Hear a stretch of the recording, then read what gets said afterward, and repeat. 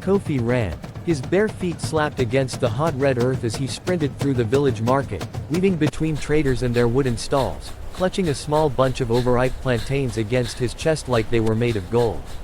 He skidded to a stop in front of Mama Esi's food stall, breathing hard, sweat already streaking down his temple. "Mama Esi, please," he said, holding up the plantains with both hands. "Just 2 cedis. That's all I'm asking." Mama Esi barely looked up from her pot. "Boy, I told you yesterday and the day before that. Nobody wants overripe plantains. Take them somewhere else." Kofi stood there for a moment, jaw tight, eyes stinging. He was 12 years old and he had already heard the word no more times than he could count. He turned and tried the next stall, then the next, then the one after that. By the time the afternoon sun began its slow drop behind the mango trees, he had sold nothing. Not a single plantain. He walked home slowly this time, the weight in his chest heavier than anything his small arms could carry. Inside their mud-walled home, his mother lay on a woven mat in the corner, her breathing shallow, her forehead glistening with fever. She opened her eyes when she heard him come in and tried to smile. "Did you sell today?" she whispered. Kofi set the plantains down quietly. "Not today, Mama. But tomorrow will be better." She closed her eyes again and he sat beside her, watching her chest rise and fall. The medicine she needed cost 40 cedis. They had 3. Kofi pressed his hands together and whispered to no one in particular, "I would do anything. Anything to change this." He left the house before sunset, taking the long path through the bush near the Oba River, the one the other children avoided because the riverbed had been dry for 2 years and the elders said spirits lived in the cracked earth. Kofi did not believe in spirits. He believed in shortcuts. He was halfway through when his right foot caught on something solid beneath the dust. He stumbled, threw out his hands, and hit the ground hard. He lay still for a second, collecting himself, then turned around to see what had tripped him. Half buried in the dry earth was a calabash, round and dark, covered in carvings so intricate they looked like they had been made by someone with infinite patience and a very small hand. Kofi crouched down and brushed the dirt away. The carvings seemed to move under his fingers, shifting and rearranging like they were breathing. He picked it up. "Finally," said a voice. Kofi screamed and hurled the calabash into the air. It landed a few feet away without breaking. He stood frozen, chest heaving, eyes darting left and right across the empty bush. "There is no one else here," the voice said again, calm and ancient, rising directly from the calabash lying in the dust. "Only you. And you can hear me because you have something most people have lost. An honest heart." Kofi's legs wanted to run. His curiosity refused to let them. He crept forward slowly and picked the calabash up again with trembling fingers. "What are you?" he breathed. "I am old," the voice said simply. "I was placed here a long time ago, by someone who loved this land deeply. I have been waiting for the right person to find me. I have been waiting for you, Kofi. You know my name. I know more than your name." Before Kofi could respond, something extraordinary happened. The opening of the calabash began to glow with a faint golden light and then, slowly, crisp clean banknotes began sliding out one by one, stacking themselves neatly on the dry ground. Kofi stared. His mouth dropped open. He reached down and picked up a note. It felt real. Solid. It even smelled real, like fresh ink and warm paper. He grabbed the entire stack and ran home so fast his lungs burned. He burst through the door, pressed the money into his mother's hands and watched her eyes go wide. That evening, he bought her medicine, fresh food, and paid back the small debt they owed their neighbor Mr. Asari. His mother sat up for the first time in weeks and ate a full meal. Kofi sat across from her and felt something warm bloom inside his chest, something he had almost forgotten the feeling of. The next morning he went back to the calabash with a new energy buzzing under his skin. He had thought about this all night. If the calabash could print money for medicine and food, what else could it do? He had always wanted a pair of those white leather sneakers the boys in the upper village wore.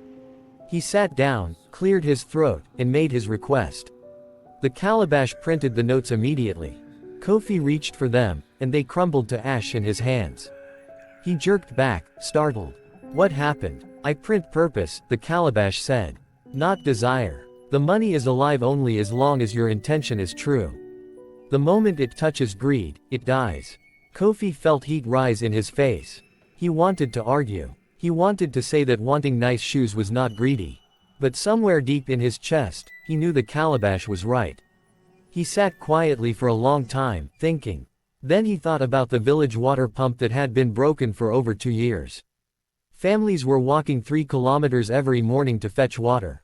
Children were missing school because of it. He asked for the money to fix the pump. The notes slid out golden and solid.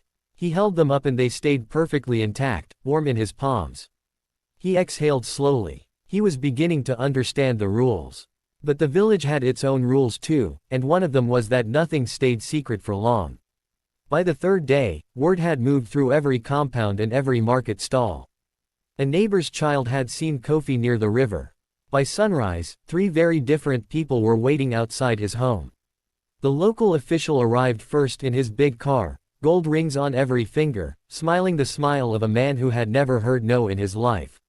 "Kofi, my boy," he said warmly, crouching down to his level.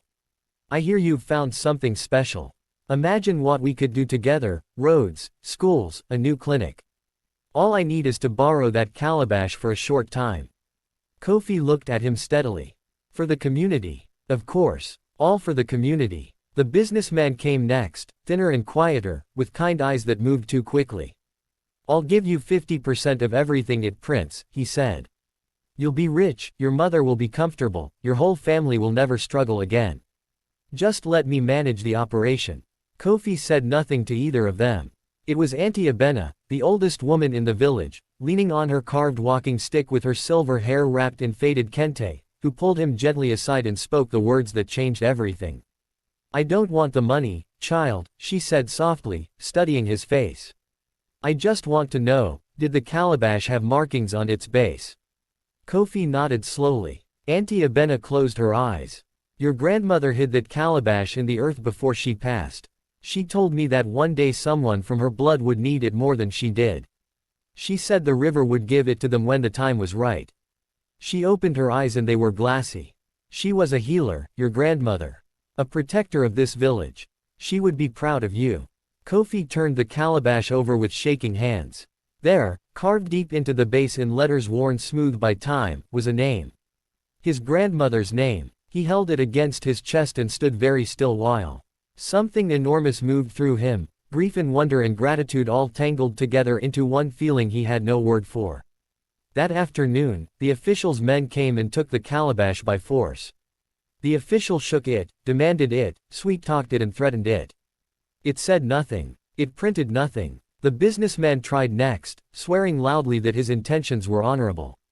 Notes appeared, and ashed away before he could close his fingers around them.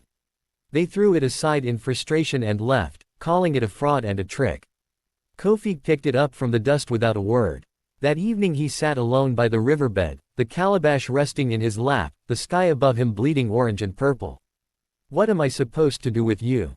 he asked quietly. "What you have already been doing," it replied. "Small good is still good. Keep going." Over the weeks that followed, the village began to change in ways nobody could fully explain. The water pump got fixed. A child who had dropped out of school went back. 3 families rebuilt their roofs after the early rains came. People started helping each other without being asked, as though something invisible had shifted in the air. Kofi's mother recovered fully. She started selling at the market again, and this time people came to her stall. On a quiet evening near the end of the dry season, Kofi walked back to the river and set the calabash gently in the earth, not buried, just resting, and walked home under a sky full of stars. Behind him, a faint golden glow pulsed once from deep inside the calabash. And in a voice barely louder than the wind, it whispered to the empty air. "Good. The next one is already on their way." Asterisk.